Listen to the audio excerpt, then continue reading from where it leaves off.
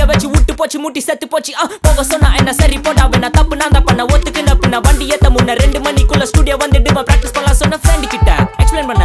Police என்ன புடிச்சிட்டான், 2 மணி நேரம் நிக்க வச்சு ஃபைனை போட்டு என்ன அவன் அறுத்துட்டான். அதனால லேட் ஆச்சு ப்ரோ, ஓடி வந்ததால் வாங்குது மூச்சு ப்ரோ, பாடியில ஸ்கிராட்ச் ப்ரோ, ஹெல்மெட் போடலன்னு கொடுத்த ரெசிபி இதுதான் என்னோட சாட்சி ப்ரோ. காத்து மேல